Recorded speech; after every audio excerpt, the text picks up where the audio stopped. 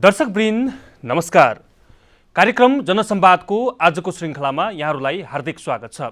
जनसंवादको आजको श्रृङ्खलामा देशमा विद्यमान राजनीतिक अवस्था र पछिल्लो समय नेपाली कांग्रेसको आसन्न 14औं महाधिवेशनको विषयमा आधारित रहेर आज हामी कुराकानी गर्दैछौँ र पछिल्लो समय देशको समग्र राजनीतिक अवस्था, देशको संसद भङ्गदेखि लिएर आजको दिनसम्म आइपुग्दा 2/3 सरकार अल्पमतमा पर्नु, जसपा पनि फुटको तयारीमा रहनु, कांग्रेस भित्रको महाधिवेशनको चटारो लाग्दै गर्दा त्यहाँ पनि दर्जनौं सभापतिका आकांक्षी देखिनु, यी समग्रताका विषयहरूमा केन्द्रित रहेर र देशको अबको राजनीतिक निकास, अबको बाटो, त्यसैगरी यसैसँग जोडिएर गएको कांग्रेसको 14औं महाधिवेशनको सफलता अर्थात् चाहिँ त्यो कसरी अगाडि बढ्छ भन्ने विभिन्न परिपाटीमा रहेर आज हामी कुरा गर्ने तयारी गर्दैछौँ, जसका निम्ति नेपाली कांग्रेसका प्रभावशाली नेता डाक्टर मिनेन्द्र रिजाल आज हामीसँग हुनुहुन्छ। डाक्टर साहब स्वागत छ। धन्यवाद। अब सुरुमा हामी महाधिवेशनबाट केन्द्रित बनाऊ। तपाईको गरमागरमी सरगमी बढ्या छ, यति बेला महाधिवेशनको चटारो छ। तपाईँ र कृष्णप्रसाद सिटौला मिलेर 2 वर्ष कार्यकाल सभापति शेरबहादुर देउवालाई बढाएर त्यसपछि तल्लोमा उपसभापति होस् वा तपाईलाई महामन्त्री लगायतका यी पदहरू सिर्जना गरेर यसको तयारीमा जुट्नु भएको छ अरे, महाधिवेशनलाई आलटाल गर्न खोजिरहनु भएको छ अरे, टाल्न खोजिरहनु भएको छ अरे भनेर त्यो कुरा कहीँ कतैबाट चुइयो। कतिको सत्यता छ यसमा? बिल्कुल निराधार हो। निराधार मात्रै होइन, यो दुराग्रहपूर्ण समाचार हो। कसैलाई मद्दत गर्नका लागि कसैप्रति दुराग्रह राखेर समाचार बनाएर अर्काको टाउकोमा दोष थोपर्ने कोसिस गर्नु उचित होइन। जहाँबाट भएको छ मलाई लागेको छ असाध्यै डिस्टेस्टफुल हो। र मलाई एउटा जाति चाहिँ के भएको छ भन्दाखेरि अब कांग्रेसको महाधिवेशनसम्म एकअर्कालाई प्रचार गर्ने र आफ्नो प्रचार गरेर अर्कोलाई पछार्नका लागि आफू राम्रो छु भनेर होइन कि अर्काका प्रति दुराग्रह राखेर प्रचार गरेर जाने शैलीमा यो पालिको महाधिवेशन होला भन्ने जस्तो देखियो। त्यसैले मैले पनि समयमै सचेत भएर यस्ता दुराग्रहपूर्ण प्रचारहरू हुन सक्छन्, त्यसका बारेमा आफूले बेलैमा कुरा राख्नुपर्छ भन्ने सोच बनाउनका लागि मलाई समयमै सतर्क हुनलाई मद्दत गर्यो।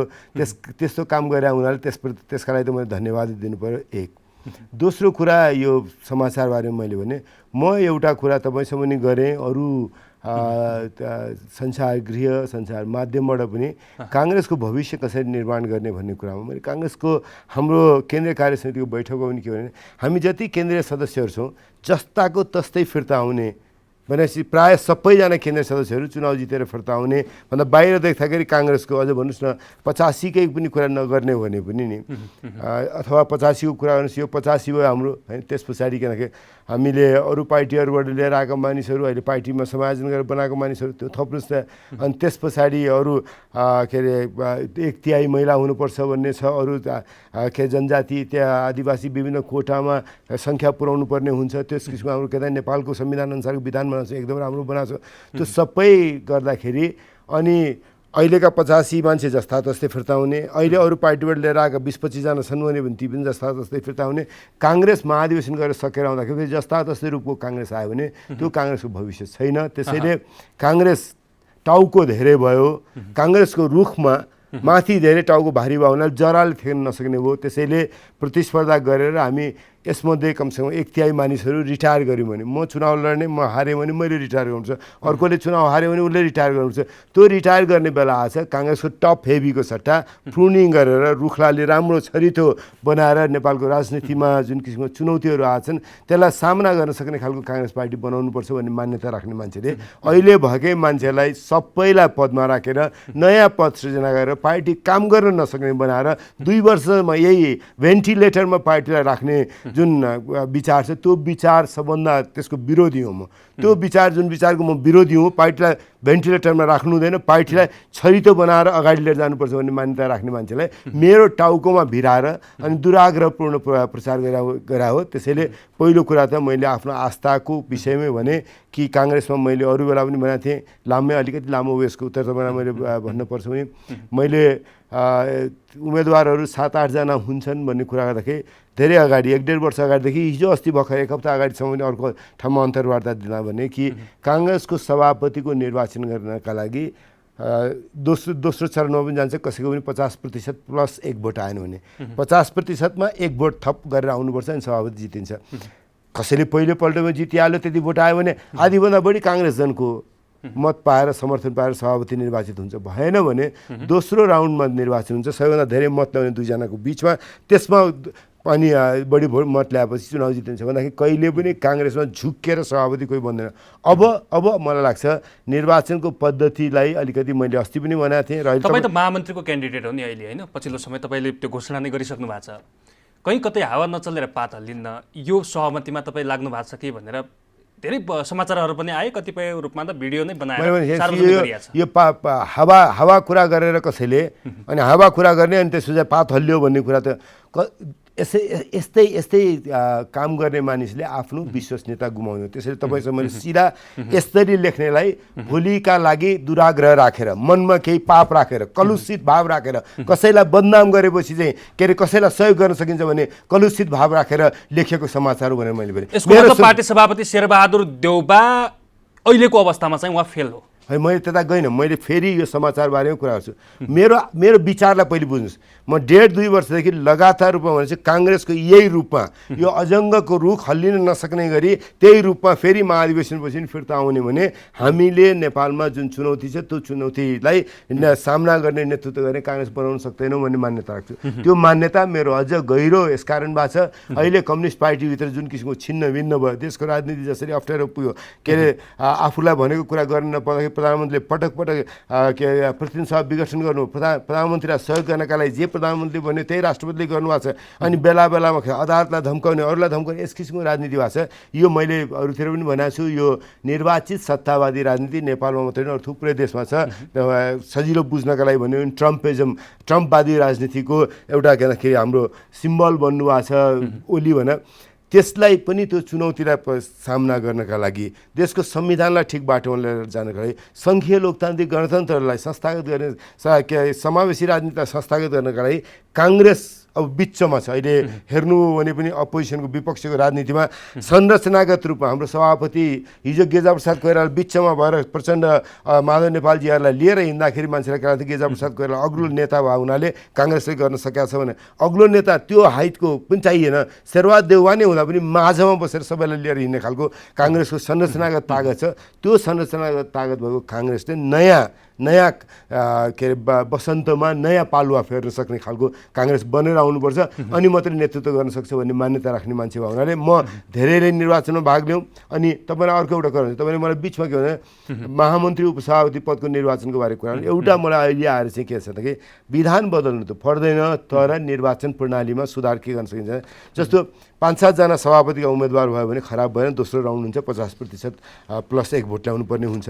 तर फेरि 10 जना 12 जना 13 जना महामन्त्रीको उम्मेदवार, 10 जना 12 जना 13 जना उपसभापतिको उम्मेदवार हो भने 10% मत पुर्याउने मान्छे नै निर्वाचित हुने अवस्था भयो भने त्यो त धेरै रुचिकर अवस्था नहुने हुन्छ नि। त्यसलाई चाहिँ सुधार गर्नका लागि हामीले काङ्ग्रेसको नियमावलीमा, निर्वाचनको निर्देशिकामा निर्वाचन प्रणाली महामन्त्री र उपसभापति दुईटा पदका लागि, अरूमा धेरै मान्छे निर्वाचित हुन्न, महामन्त्रीमा 2 जना हुन्छ, उपसभापतिमा 2 जना हुन्छ। त्यसैले एकल सङ्क्रमणीय गर्ने कि एकजनालाई मत हाल्ने मात्रै गर्ने कि दुईटालाई हाल्नै पर्ने बाध्यता गर्ने कि मिनिमम यति ल्याउनुपर्छ भोट भनेर गर्ने कि त्यतातर्फ सोच्नुपर्ने बेला आएको छ। त्यसैले सभापतिको निर्वाचन प्रणाली राम्रो छ, जति उठे पनि जतिजना उठ्यो भने आधीभन्दा बढी काङ्ग्रेसजनको समर्थन नभइकन मान्छे सभापति बन्न सक्दैन।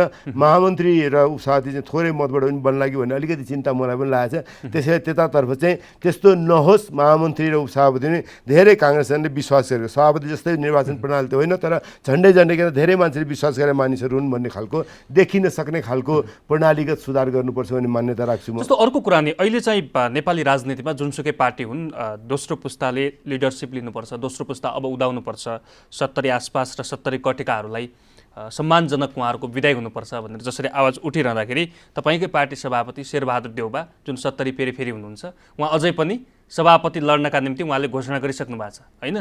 करिब आधा दर्जनभन्दा बढी सभापतिका उम्मेदवारहरू अहिले पछिल्लो समय देखिएका छन्।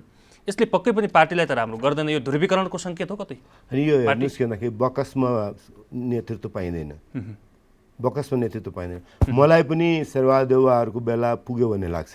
शेरबहादुर देउवाले धेरै ठुलो सेवा गर्नु देशका लागि, 4 पटक प्रधानमन्त्री भइसक्नुभयो, अब 5औं पटक हुँदै हुनुहुन्छ। केही दिनमा अदालतको फैसला चाहिँ 5औं पटक प्रधानमन्त्री हुनुहुन्छ। हाम्रो पार्टीको 7 पटक हुनु छ, हाम्रो पार्टीको महाधिवेशन हुने बेला पाँचौँ पटक प्रधानमन्त्रीको पदमा काम गरिराख्दाखेरि शेरबहादुर देउवाले हाम्रो महाधिवेशन सम्पन्न गराउनु हो। त्यसैले देशका लागि गर्नु, उहाँले जनताका लागि गर्नु, काङ्ग्रेसका लागि गर्नु, अब उहाँले पनि अरू मभन्दा अझ बेटर मान्छेहरू आउन सक्छन् भन्ने सोच राख्नुपर्छ भन्ने लाग्दाखेरि उहाँलाई लागेन भने जबरजस्ती बकसमा हामीलाई नेतृत्व दिनुहोस् त भन्न पाइएन। चुनाव लड्ने हो, उहाँ जिते, उहाँलाई के 50%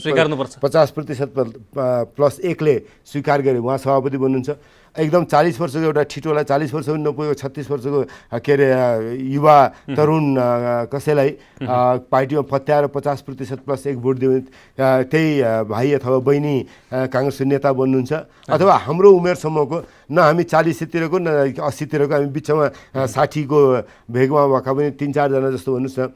60को उमेरका भएका मान्छेहरू मात्रै होइन कि एउटा काङ्ग्रेसको असाध्यै ठुलो बलियो परम्परालाई प्रतिनिधित्व गर्ने के अरे स्वनामधन्य नेताका छोराछोरीहरू पनि प्रतिस्पर्धामा अगाडि देखिनु भएको छ। उहाँहरूको समूहबाट कसैले छान्यो भने पनि के अरे हामी सबैले ल अब 40मा पनि गएन, 80मा पनि गएन, 60को वयसमा भएका मान्छे 60देखि 70 नपुगेकालाई गऱ्यो कि भन्ने पनि आउला। यी सबै सम्भावना त लोकतन्त्रमा चुनाव लड्ने हो, काङ्ग्रेसको विधानले सबैलाई पर्मिट गर्छ। चुनाव लडेर जित्ने हो, बकसमा न बितेर गएका नेताले कसैलाई दिए न अहिलेका नेताले कसैलाई दिन्छन्। यो दोस्रो पुस्ता नेतृत्वमा आउने कुरा मात्रै हुने भयो होइन। उसो भए तपाईँ अहिले महामन्त्रीकै लागि क्यापेबल ठानिरहनु भएको छ आफूलाई, तपाईँले सभापतिका लागि आफूलाई क्यापेबल अझै मान्नु भएको छैन मनभित्रबाट, त्यही भएर तपाईँ चाहिँ महामन्त्रीको उम्मेदवार बन्दै हुनुहुन्छ। कसरी दोस्रो पुस्तालाई नेतृत्व हस्तान्तरण हुन्छ? यो कुरामा मात्रै हुने सीमित भयो। तपाईँको पुरा कुरासम्म केमा के अरे असहमत छु नि। तपाईँले केपेबिलिटीको कुरा गर्नु, केपेबिलिटीको होइन, क्षमता नभए होइन, क्षमता मलाई लाग्छ, तपाईँलाई लाग्न सक्दैन लाग्दैन मलाई थाहा छैन। मलाई के लाग्छ, मसँग नेपाली काङ्ग्रेसको सभापति चलाउने क्षमता छ, तर होइन सुन्नुहोस्, तर मत छैन। सभापति लडिदिन्छु भनेर घोषणा गर्न परेको छैन मलाई काङ्ग्रेसको महामन्त्री भएर के काङ्ग्रेसका 4 वर्ष राम्रैसँग योगदान गरेर काङ्ग्रेसको राजनीतिबाट देशको राजनीतिबाट बिदा लिन सक्छु भन्ने आत्मविश्वास छ। त्यति भए पुग्छ भन्ने लाग्छ मलाई। तर कल्याण गुरुङ, प्रकाशमान सिंह, गगन थापा लगायतका भर्खरका उदाउदा नेताहरूले पनि सभापतिको दावेदारी दिनुभएको छ। यो बिचको पनि क्यापेबल तपाईँले चाहिँ कुनै त्यस्तो हिजोको इतिहास बोकेको त्यस्तो परिवारको व्यक्ति छान्दाखेरि उपयुक्त हुन्थ्यो कि काङ्ग्रेसलाई भन्न खोज्नु? अनि मैले हाल्ने भोट त मैले हालिहाल्छु नि, गोप्य मतदान हो नि त। गोप्य मतदान मात्रै होइन, म त देखेरै कुनै उम्मेदवारको पक्षमा बोलि नै रहने हुन्छु। यो उम्मेदवार ठिक हो, उहाँलाई मत हाल्नुहोस् भनेर भोलि भन्छु। उम्मेदवारका बारेमा उम्मेदवारीका बारेमा प्रतिस्पर्धा गर्नेहरूको बिचमा एउटा सहमति निर्माण गर्नु पनि मेरो भूमिका हुन्छ। त्यसरी मैले कसलाई मत दिन्छु भने पनि के अरे गोप्य पनि रहन्न, तर मतदान त गोप्य हो। त्यसैले सबैले प्रतिस्पर्धा गर्न पाइन्छ भन्ने हो एउटा लोकतन्त्रमा। किनकि मैले आफूलाई के ठाने भने मलाई सभापति बन्ने मेरो क्षमता हुँदाहुँदै पनि सभापति बन्नका लागि मसँग मत छैन।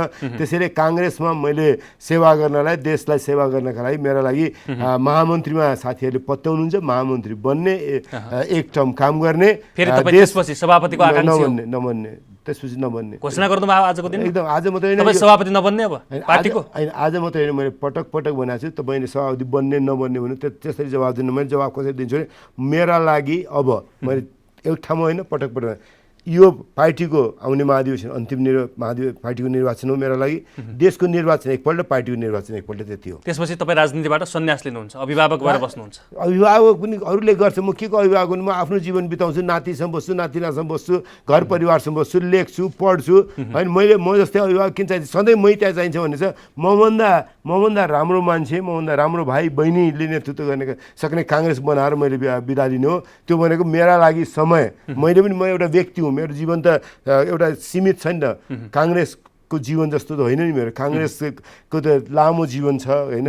त्यहाँ चौथो पुस्ताको मानिसहरू आज काङ्ग्रेसमा नेतृत्वको तहमा पुगेको बेला छ। त्यसैले मैले आफ्नो जीवनको सीमित अवधिलाई व्यवस्थापन गर्दा अब यो उमेरमा आएपछि मैले सधैँ काङ्ग्रेसको राजनीतिमा रगेडा मात्रै गरेर बस्छु भन्ने त मूर्खता हुन्छ। मेरा लागि, मेरो परिवार, मैले मेरा परिवारका लागि गर्नुपर्ने दायित्व होला, मेरो समाजका लागि गर्नुपर्ने दायित्व होला। मलाई यति वर्षको अनुभव, मैले 2025 सालमा बिपी कोइरालालाई एयरपोर्टमा स्वागत गर्दादेखि राजनीतिमा लागेँ।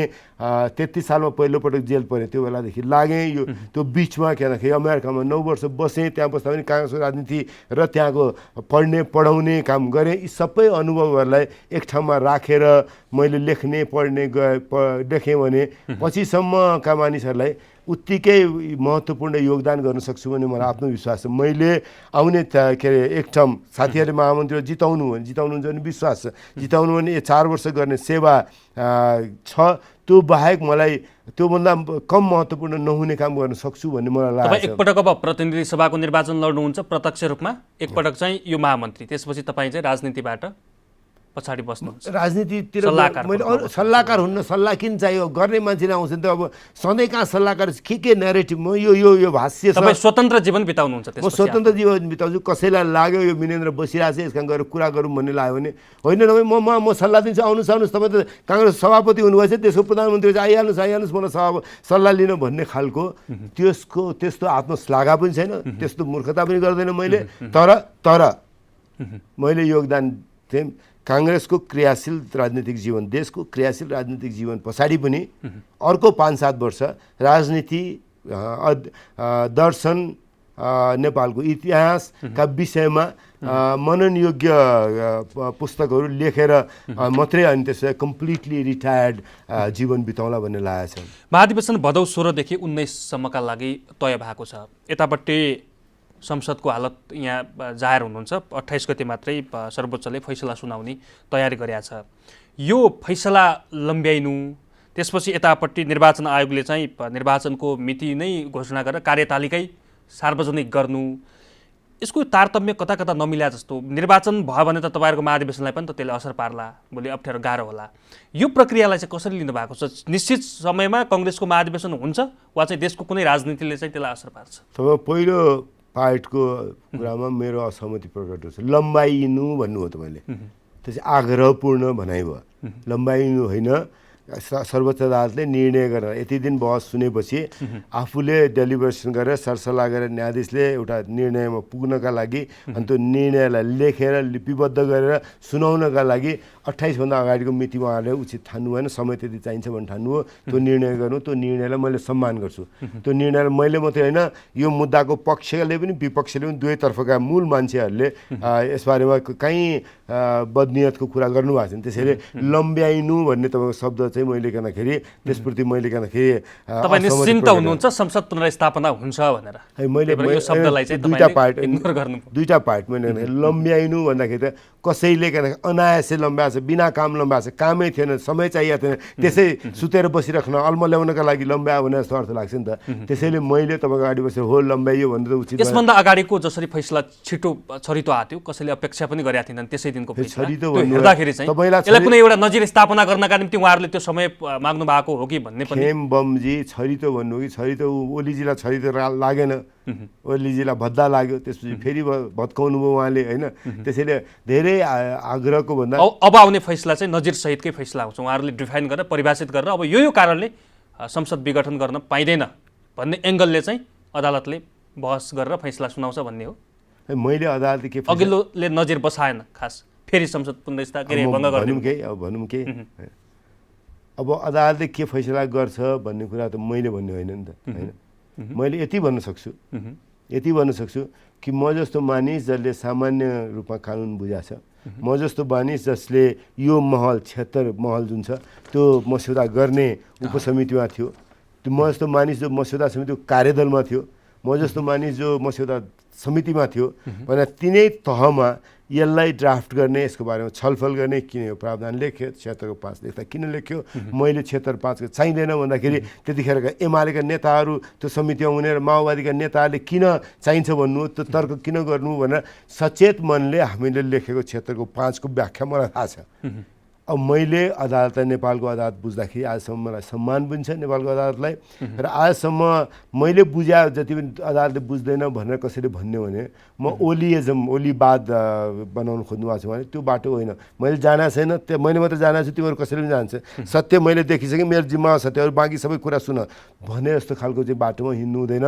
त्यो बाटोमा हिँडेर प्रधानमन्त्रीले आफ्नो पनि अहित गर्नु, देशको पनि अहित गर्नु भन्ने लाग्छ मलाई। यत्रो कोभिडको के अरे महामारीमा जनता ज्यान जोगाउनलाई कसरी बस्ने भन्ने छ, खोप पाए हुन्थ्यो, के अरे अस्पतालको व्यवस्था छ नफैलिएदेखि हुन्थ्यो, सङ्क्रमण नफैलिएदेखि हुन्थ्यो, सारा सरकारको ध्यान यतातर्फ हुन्थ्यो, रोजगारी बिग्रिया छ, के अरे अर्थतन्त्र बिग्रियो कोभिडको कारणले गर्दाखेरि यता सरकारले ध्यान दियो हुन्थ्यो भन्ने बेलामा चाहिँ प्रधानमन्त्री चाहिँ कहँदाखेरि ल है सबै सम्मान देखाछु अरू सबै कोही जाने छैन भन्ने बाटो हिँड्नु, त्यो बाटो बेठिक होइन भनेर मैले सदैव यो कुरा गरिरह मान्छेले मैले कहँदाखेरि कोर्टले यसो गर्छ भन्यो भने मैले देखेको कुरा मभन्दा 76(5) को डिफाइन गर्ने हो भने त अब अदालतले चाहिँ सिधै प्रमादेश दिन सक्ने हैसियत राख्छ। तपाईँको कुरा हो कि हामी डिफाइन गर्दाखेरि त्यो त भन्न सक्नुहुन्छ नि, अदालतले त्यो हैसियत राख्न सक्दैन 76(5) मा टेकेर? तपाईँ भन्ने सकिन्छ नि, मलाई पालो दिन्छ नि, म भन्छु हामीले यसो गर्नु उचित हुन्छ, संविधानको व्यवस्था यो हो भनेर मुद्दा लिएर गयौँ। म पनि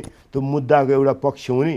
146 जना हस्ताक्षर गर्ने मध्ये एउटा हस्ताक्षरकर्ता म हुँ, प्रतिनिधि सभाको सदस्य मिनेन्द्र रिजालले त्यो मुद्दा बोकेर गएको छ, मलाई यो उचित लाग्छ भनेर मेरो पक्ष, म जस्तै 146 को पक्षमा हाम्रो के अरे निवेदनलाई लिएर के अरे वरिष्ठ अधिवक्ताहरूले बहस गर्नुभएको छ। त्यो उहाँहरूको बहसले प्रभाव के अरे त्यहाँसम्म पुर्याउनका लागि अदालतमा मद्दत गर्ने, अदालतले न्यायाधीशले निर्णय गर्नुहुन्छ भने मलाई विश्वास छ। तपाईँले मलाई सोध्नु हो भने यसो गर्छ भने हाम्रो माग यो छ, हामीले बुझेको कानुन त्यो हो, हामीले संविधान त्यो स्पिरिटमा लेख्यौँ, संविधानको के अरे भाव त्यही हो, संविधानमा लेखेको कुरा पनि त्यही हो। लामै छलफल भएको छ 76 को 5 किन चाहियो भने, नभए त 76 को 5 नभइकन फेरि फिर्ता के अरे 76 को 4 मा बहुमत नआएपछि 76 को 2 अनुसार फेरि कोसिस गर्ने भनेर लेखे हुन्थ्यो नि त। 76 को 5 भने विभिन्न सिधा इन्डिपेन्डेन्ट रूपमा लेख्नुपर्ने जरुरत थियो, सबै छलफल भएको छ। त्यसैले मलाई थाहा छ भने त्यो सबै चिज अदालतलाई थाहा नहुने कुरा होइन, अदालतले प्रष्ट रूपमा त्यो गर्छ भन्ने मेरो विश्वास छ। बिपी कोइराला पार्टीको मान्छे हुँ, बिपी कोइरालाले बनाएको पार्टीको मान्छे हुँ। बिपी कोइरालाले पञ्चायतको अदालतलाई पनि 8-8वटा फाँसीको मुद्दा हुँदाखेरि के अरे जानुभयो, अदालत पञ्चायतको अदालतमा पनि बहस गर्न जानुभयो कि मैले सशस्त्र क्रान्तिको आह्वान गर्दाखेरि मैले नचिनिकन मेरो आह्वानबाट अभिप्रेरित भएर कसैले काम गरेको छ भने त्यसको नैतिक जिम्मेवारी लिन्छु भनेर त्यो नैतिक जिम्मेवारी मेरो, त्यसका लागि म फाँसीमा चढ्नुपर्छ नि फाँसीमा चढ्न तयार छु, तर त्यसका लागि फाँसीमा चढ्ने फैसला अदालतले गर्न पाउँदैन भनेर पञ्चायतको अदालतमा मुद्दा लड्न जानु हो। त्यो बिपी कोइराला पार्टीको मान्छे हो म।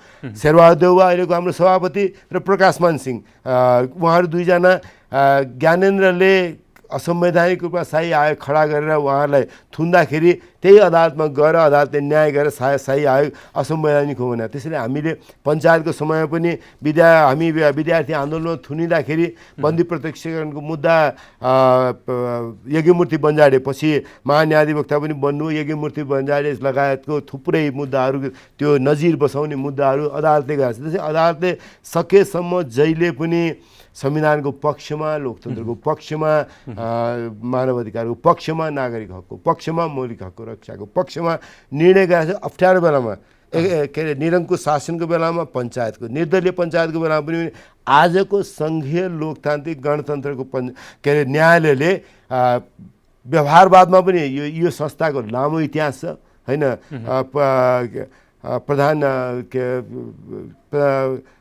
प्रधान न्यायालय कि के भन्ने सुरुमा थियो क्यारे होइन, पहिलेको जमानाको विधानमा देखि सर्वोच्च अदालत बन्दासम्म। त्यस कारण त्यो परम्परासँग अनि नेपालको संविधानको व्यवस्थासँग आजको दिनको परिस्थिति र आजको सारा सबै उसमा हेर्दाखेरि अदालतबाट न्याय हुन्छ। शेरबहादुर देउवा प्रधानमन्त्री नियुक्त हुनुहुन्छ, 76 को 5 बाट लेखिएको पनि बाटो त्यही हो भनेर म विश्वस्त छु त्यो कुरा भन्नु। त्यसरी निर्वाचन आयोग त के अरे निर्वाचनको तयारीमा लागिसकेको छ, यताबाट फैसला हुनासाथ त्यहाँ चाहिँ मिति तयार उहाँहरूलाई हामीले यही काम गर्नुहुन्छ, ओलीले यही जबरजस्ती गर्नुहुन्छ, उहाँले अन्तिमसम्म जे भत्काउन पाइन्छ भत्काउने कोसिस गर्नुहुन्छ भनेरै हामीले सर्वोच्च अदालतमा निवेदन दिँदाखेरि के अरे निर्वाचन आयोगका पनि सबै कामहरू रोक्ने आदेश पनि जारी गरी पाऊँ भनेर निवेदन दिए हो नि त। यस्तै गर्नुहुन्छ भने यो उहाँले अब जाने बेलामा उहाँले जे गर्न सक्नुहुन्छ कोसिस गर्नुहुन्छ, यताबाट भत्काउन सकिन्छ, उताबाट भत्काउन सकिन्छ कि यता गरेर यो सबै कुरा चाहिँ हामीले परिकल्पना त गरे हौँ, त्योभन्दा बाहिरको कुरा होइन। तर दुःखका साथ के भन्नुपर्छ भन्दाखेरि संवैधानिक निकायले एउटा व्यक्ति जो भोलि निर्वाचन हुँदाखेरि पनि निर्वाचनलाई प्रभावित गर्नलाई जे पनि गर्न तयार छ एउटा व्यक्ति जसले संविधानलाई भत्काएर आफू प्रिभेल गर्न खोजे त्यो मान्छेको लाचार मतियारका रूपमा आम मान्छेले बुझ्ने गरी काम गर्नु चाहिँ उचित हुन्न थियो। त्यो पनि कहिले कुन दिनमा यस्ता कुराहरू आउँछन् जुन दिनमा अदालतमा मुद्दाको बहस सकिने दिन थियो भने त्यो हेर्दाखेरि मान्छेले सामान्य मान्छेले भोलि ल अदालतको फैसला आएपछि यी सबै कामहरू त सकिन्छन्। यी काम उहाँले आज जे के अरे कार्यतालिका निकाल्यो भने त्यसको के काम चाहिँ निष्प्रभावी हुन्छ त्यो तर सामान्य मान्छेले हेर्दाखेरि ओलीको लाचार मतियार भएको कि ओलीलाई मद्दत गर्न गरे हो कि साँच्चै स्वतन्त्र रूपमा काम गरिरहेको छ कि छैन काहीँ न काहीँ मान्छेको मनमा एउटा प्रश्न उब्जाउने खाले काम गर्यो त्यो गर्नु उचित हुन थियो अनुचित हो। यस्तो गर्ने परिस्थिति आउन सक्छ यस्तो गर्ने बाध्यता सृजना गर्न सक्नुहुन्छ ओलीले भनेर त्यसो गर्नबाट रोक लगाउनका लागि पनि हामीले अन्तरिम आदेशको माग गरेका थियौँ सर्वोच्चसँग। भनेपछि अब निर्वाचन त्यो सम्भव छैन त्यो अँध्यारो सुरुङको यात्रा हो। मैले अब त्यो त तपाईँहरूले भन्ने भाषा मैले भन्दैन खेमजी तपाईँहरूको भाषा तपाईँले अघि पनि भन्नुभएको थियो नि जसरी ज्ञानेन्द्र शाह 104 वर्षको जुन हामीले त्यो उदाहरण दियौँ यहाँ ओली मात्र जानुहुन्न सँगैका मतियारहरू सबै जान्छन्। मतियारहरू व्यक्तिको नाश हुने भने होइन कि मैले मेरा लागि यो संविधान जोगिन्छ संविधानले लेखेको बाटोमा देश हिँड्छ। संविधानले लेखेको बाटो भनेको क्षेत्रको 5 मा बहुमत सांसद प्रतिनिधि सभाका सदस्यहरूको समर्थन जुटाउन सक्ने सांसद प्रधानमन्त्री बन्यो। त्यो सांसद आजको दिनमा शेरबहादुर देउवा हुनुहुन्छ उहाँ त्यो प्रतिनिधि सभाको सदस्य माननीय शेरबहादुर देउवा प्रधानमन्त्री बन्नुहुन्छ अनि त्यस पछाडि उहाँको नेतृत्वमा एउटा चरणमा पुगेपछि हामी निर्वाचनमा पुग्छौँ। अब यो प्रतिनिधि सभालाई धेरै दिन टिकाउने सट्टा एउटा समयमा धेरै समय नपर्खिकन निर्वाचन जानुपर्ने हुन्छ जस्तो लाग्छ मलाई। चैत वैशाखमा नभए यहाँ यस्तो लडाइँ झगडा भयो तब जसपा कुन जसपा रहने कुन जसपाका प्रतिनिधि सभाका सदस्यहरूको सदस्यता जाने माओवादीका केही प्रतिनिधि सभा सदस्यको गइसकेका छ सदस्यता भोलि एमालेको के हुने हो थाहा छैन भने यसरी निर्वाचन गरेर आएको जस्तो निर्वाचनको एउटा राम्रो कुरा के पनि भने नि मलाई नेपाली काङ्ग्रेसले प्रस्तावित गर्यो तर मत त नेपाली काङ्ग्रेसको मात्रै लिएर आइन नि त। मैले काङ्ग्रेसले हामीले प्रस्ताव गर्दाखेरि यो मान्छेलाई प्रस्ताव गऱ्यो भने मोरङ क्षेत्र नम्बर 2 का जनताले पत्याएर यसलाई सांसद बनाउँछ भन्दाखेरि मेरो एउटा अनुबन्ध छ एउटा करार छ मोरङ 2 नम्बर क्षेत्रका जनता छ त्यो करारको त्यो विवेकको मत मैले प्रयोग गर्ने क्षेत्रको 5 मा त्यो विवेक प्रयोग गर्ने हो। यहाँ पार्टीको हुइप लाग्ने नलाग्ने होइन कि मोरङ क्षेत्र नम्बर 2 का जनतासँग मेरो अनुबन्ध मेरो करारको विवेकलाई मैले प्रयोग गर्ने हो। त्यसैले मैले तपाईँसँग के मात्रै अनुरोध गरेँ तपाईँले भने जस्तो भाषामा चाहिँ होइन कि संविधान जोगिन्छ संविधान जोगिए पछाडि भोलि फेरि जो समयअनुसार संविधानअनुसार निर्वाचन होला त्यो बेला ओली जित्नु होला हार्नु होला त्यो अलग विषय। तर अहिले संविधानै भत्काए पनि भत्कियोस् संविधानै गए पनि गयोस् म चाहिँ प्रधानमन्त्री भइराख्नुपर्छ भन्ने जुन ओलीले हट देखाउनु भएको छ त्यो हटको बाटो हिजो पनि अदालतले हुन्न भनेको थियो।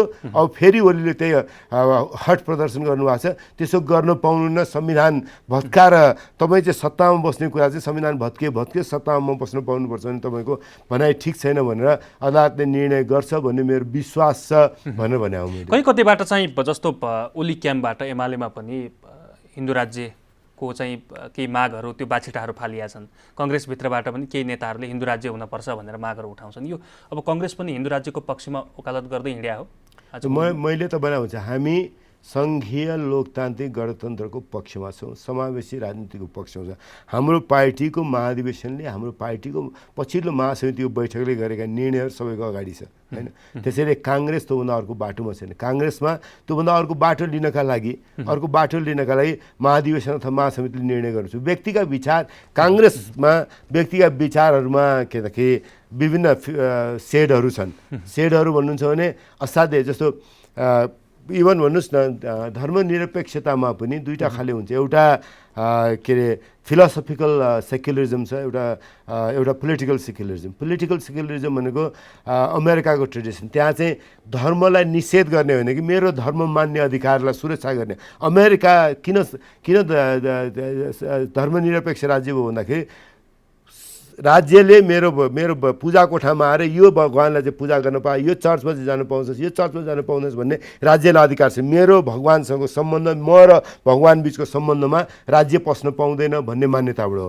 अर्को होइन यो फिलोसफिकल सेक्युलरिजमको जहाँ युरोपका केही देशहरूमा त्यो खालको युरोपमा यो चिन्तन अलिकति बलियो पनि छ। त्यहाँको चिन्तन चाहिँ के हो भन्दा होइन के त्यहाँ एथियजमसम्म धर्म नमान्ने प्रवृत्तिसम्मलाई जोगाउने खालको थमबाट आएको। त्यो चाहिँ के अरे एनलाइटनमेन्टको बेला के भन्दाखेरि फ्रान्सको राज्य क्रान्तिको बेलादेखिको एउटा खालको बाटो बोकेको छ नि, त्यसरी के अरे सोध्नु पर्ने हुन्छ। त्यसरी मैले धर्मनिरपेक्ष भन्ने मानिसहरू पनि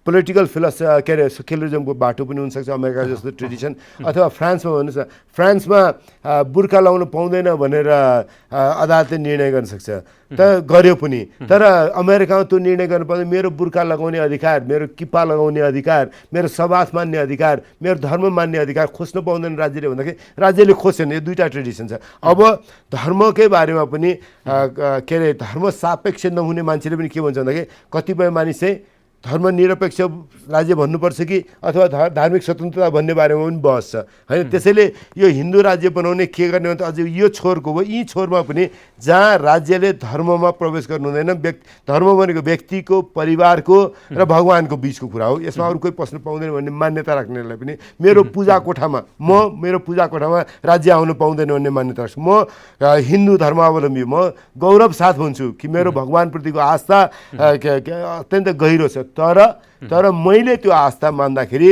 अर्को धर्म मान्ने मान्छेलाई पनि त्यो आस्था मान्न पाउने अधिकार रहनुपर्छ। मेरो पूजा कोठामा पनि राज्य आउँदैन, कसैको चर्चमा पनि आउँदैन, कसैको गुम्बामा पनि आउँदैन भन्ने मान्यता राख्ने भयो हुनाले त्यसैले काङ्ग्रेसको बारेमा फिर्ता आउँदाखेरि काङ्ग्रेसमा यो विषयमा बहस होला, बहस छ छैन म भन्दिनँ। यो बहस हुनु चाहिँ काङ्ग्रेस आवश्यक छैन। हिन्दू राज्य घोषणा गर्ने, राज्यले चाहिँ चुलोसम्म जान पाउँदैन। मेरो विचार भने नि मेरो विचार सबैले बोक्नुपर्छ भनिरहेको छैन मैले। यो बहसलाई मैले गर्दाखेरि नकारात्मक रूपमा लिन्न। कतिपय दर्शकहरूले हाम्रा सामाजिक सञ्जालमा मैले तपाईँ यहाँ आउनुभन्दा अगाडि केही प्रश्नहरू भइराख्नु होला भनेको थिएँ उहाँलाई। कङ्ग्रेस सङ्घीयताको विषयमा कङ्ग्रेसको खास स्पष्ट धारणा के हो, अहिले पछिल्लो समयको धारणा के हो, त्यो आउन छोड्यो। यति बेला चाहिँ नेकपा एमाले भित्रको ओली पक्षले, ओली समूहले कहीँ कतै रूपमा चाहिँ सङ्घीयता देशमा पास हुन्छ कि हुँदैन, यो सङ्घीयता लामो समयसम्म टिक्छ कि टिक्दैन भन्ने विषयमा वकालत गरिरहँदाखेरि तपाईँको धारणा के हो भन्ने विषयमा केही दर्शकले त्यहाँ बुझ्न चाहनु भएको छ। मेरो एकदम प्रष्ट धारणा छ। उहाँले मलाई अब फेला पार्नु भएको छ। म देश सङ्घीयतामा जानुभन्दा पहिले त्यति बेला दुईवटा काङ्ग्रेस थियो। काङ्ग्रेस प्रजातान्त्रिकको महाधिवेशनबाट सङ्घीयताको प्रस्ताव पारित गर्यौँ हामीले। त्यसपछि काङ्ग्रेस एकीकरण पछि भयो, बिचमा फुटेर दुईवटा थियौँ। शेरबहादेव जेलमा हुनुहुन्थ्यो। शेरबहादेव जेलमा हुँदाखेरि गरेको महाधिवेशनबाट हामीले दुईवटा कुरा गऱ्यौँ। राजतन्त्रको विकल्प हुनसक्छ भन्यौँ, गणतन्त्रमा जाने चाहिँ कुरा गरेनौँ हामीले। त्यहाँ राजतन्त्र विकल्प हुनसक्छ भन्ने कुरा स्वीकार्यौँ। तर सङ्घीयता त पासै गऱ्यौँ हामीले, समावेशी राजनीति पासै गऱ्यौँ हामीले। त्यसैले मेरो बारेमा त तपाईँले सोध्नै परेन, कसैलाई भ्रम सायद नहोला पनि। अब काङ्ग्रेसको विषय पनि काङ्ग्रेस सङ्घीयताको पक्षमा चाहिँ काङ्ग्रेसले पास गरेर चाहिँ काङ्ग्रेसको प्लाटफर्म त ओलीजीको एउटा के भन्दाखेरि कुनै अरिङ्गालले केही विषय बोल्यो भने चाहिँ काङ्ग्रेस यो अरिङ्गालले बोल्यो हाम्रो चाहिँ संहिता यो भनेर एकदम लाएर के भन्दाखेरि हुइया गर्नु त पर्दैन नि त। हुइया हाम्रो विचार प्रष्ट छ, महाधिवेशनले गरेको निर्णय छ, हामीले आफ्नो विचार जाँच गरेर कुनै पनि एउटा अरिङ्गालले कहिले के धर्म बारेमा बोल्छ एउटा अरिङ्गाल, कहिले एउटा अरिङ्गाल के भन्दाखेरि संहिताको बारेमा बोल्ला अर्को अरिङ्गालले, के भन्दाखेरि संविधान बारेमा बोल्ला अर्को अरिङ्गालले, निर्वाचन आयोगको बारेमा बोल्ला अर्को अरिङ्गालले। अनि हरेक अरिङ्गालले बोलेपछि काङ्ग्रेस सबै काम छोड्यो, त्यही अरिङ्गालको पछाडि लागेर जवाब दिने काम गर्नुपर्ने जरुरत छैन। काङ्ग्रेस यो विषयमा प्रष्ट छ। हामी अन्तिमतिर छौँ डाक्टर साहब। जस्तो राष्ट्रमा धेरै उथलपुथलहरू आए, अहिले यो पछिल्लो चरणमा पनि जनताले 2/3 बहुमत दिएको एमाले जुन सरकार, उसको पक्ष सरकार बन्यो, त्यसपछि एमाले अहिले दुई रूपमा विभाजित बन्यो। कङ्ग्रेसभित्र पनि हिजोका कालखण्डमा पनि एक किसिमको बिन्दुमा आएर सहमति हुने, तर चाहिँ राम्रो हुँदै जाँदा फेरि त्यसलाई पनि बताङ बुतिङ पार्ने। अहिले जसपाको कुरा गर्दाखेरि मैले अघि पनि भने जसपा चाहिँ टुक्रिने सम्भावना बढेर गयो निर्वाचन आयोगबाट बाहिरिँदाखेरि। हामी नेताहरू अर्थात् यो देशका लिडरहरू कतिपयले बाह्य हस्तक्षेप, बाह्य शक्ति चलायमान भयो, हाम्रो देशको राजनीति चाहिँ स्थिर बन्न सकेन, स्थिर रह्यो भनेर दोषारोपण गर्छ। या हाम्रो मगज नै नपुगेर यो परिस्थिति सिर्जना भएको छ, वा चाहिँ बाह्य शक्तिहरूले चाहिँ हाम्रो देशलाई माथि चलखेल गर्छन्। के हो यो आधिकारिकता? क्षमा गर्नुहोस् कि तपाईँहरूको जुन यस्तो भाषा म बोल्छु, मगज नभएर के नभएर यो भाषा बोल्न सक्दैन। मैले बोल्न सक्ने कुरा के भन्दाखेरि विपक्षले खासै हल्लाउन नसक्ने अवस्था हुँदाखेरि, सत्तामा मजाले ढलिमली गर्न सक्ने तागत हुँदाखेरि, हिजो हामीले पनि 48 सालमा झन्डै 2/3 मत पाएको संसद पुरा समय जान सकेन, मध्यावधि निर्वाचन गऱ्यौँ। त्यसै मध्यावधि निर्वाचन पछाडि हामी सबैभन्दा ठुलो पार्टी हुन सकेनौँ। 56मा फेरि हामीले असाध्यै झन्डै 2/3 जस्तै मत संसदमा उपस्थित हुने झन्डै 2/3 छेउमा भयौँ। फेरि 3टा प्रधानमन्त्री फेर्यौँ। त्यसै राजाले शासन लिएर गए भने अनि अस्ति नै माओवादी पनि प्रत्यक्षमा 120 सिट जित्यो। अनि त्यतिखेर गयो एकता केन्द्रलाई पनि उसले 7वटा जिताएको थियो। हेर्दाखेरि प्रत्यक्ष प्रष्ट रूपमा बहुमत जितेको थियो होइन। अनि त्यस पछाडि त्यो मान्छे पार्टी अब हल्लाउन नसक्ने गरी सरकार बनाउँदाखेरि झन्डै 2/3 बढी झन्डै 75% समर्थनबाट प्रचण्डजी प्रधानमन्त्री बन्नुभएको थियो। 9 महिनाभन्दा चलेन। त्यसै हाम्रो काहीँ न काहीँ के देखिएको छ भन्दाखेरि व्यवस्थापन चाहिँ काहीँ त्रुटिपूर्ण छ भने तर त्यसको पनि असाध्य अचाकली किसिमले योपालि ओलीजी कसरी उपस्थित हुनु भन्दाखेरि अरू सबै चिज भत्क्यो, संविधान भत्क्यो, यो भत्क्यो, सु भत्क्यो, म टिक्नुपर्छ भन्ने किसिमले उपस्थित हो। उहाँको अहङ्कारबाट यहाँ पुग्यो भने त उहाँको पार्टी छिन्न, उहाँको गठबन्धन छिन्नभिन्न भयो। गठबन्धनबाट एउटा पार्टी बनाउँछ त छिन्नभिन्न भयो। कुन पार्टीमा छ बुझ्न गाह्रो छ। न एमाले हिजोको सग्लो छ, न माओवादी सग्लो छ। अनि त्यस उहाँले आफूले पनि नपुगेर जसपालाई पनि के भन्दा सग्लो रहन दिनु भने एकत्रित भएको आफ्नो पार्टी एकताबद्ध बनाएको त फेरि छिन्नभिन्न बनाउनु, अर्कोलाई छिन्नभिन्न बनाउनेमा लाग्नु भएको छ। तर मैले यसमा अरू सबै कुरा गरिकन सबैलाई त पछि पनि अर्को एउटा बेग्लै अन्तर्वार्ताको विषय हुनसक्थ्यो।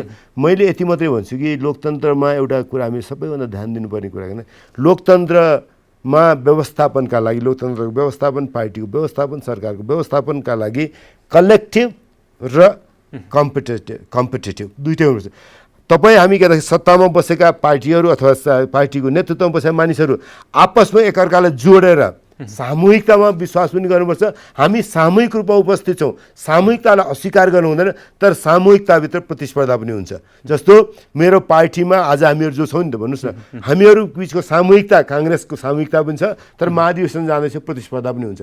प्रतिस्पर्धा सकेर कोही जितौँला, कोही हारौँला, फर्केर आएपछि के भन्दाखेरि अनि कोही के अरे महामन्त्री भएको मान्छेले भोलि पार्टीमा कसैले के अरे सभापति हुने मन गर्ला, उपसभापतिले महामन्त्री हुने मन गर्ला, के अरे सभापति गर्ने मन गर्ला, सहमहामन्त्रीले महामन्त्री या सभापति हुने मन गर्ला। त्यसैले सँगै बसेर काम गर्दाखेरि आजको दिनमा शेरबहादुर देउवा र हामी भने शेरबहादुर देउवाको समूहमा छैन भने शेरबहादुर देउवा र रामचन्द्र पौडेल कलेक्टिभ पनि हो, सामूहिकता पनि शेरबहादुर देउवादेखि लिएर मिनेन्द्र रिजालसम्म केन्द्र समितिमा बसेका मानिसहरूको बिचको सामूहिकता पनि छ। र के भन्दाखेरि प्रतिस्पर्धा पनि के भन्दाखेरि हामी देउवाजी होइन अर्को मान्छे सभापति बन्नुपर्छ भनिरहेको छ। त्यसरी प्रतिस्पर्धा हुन्छ।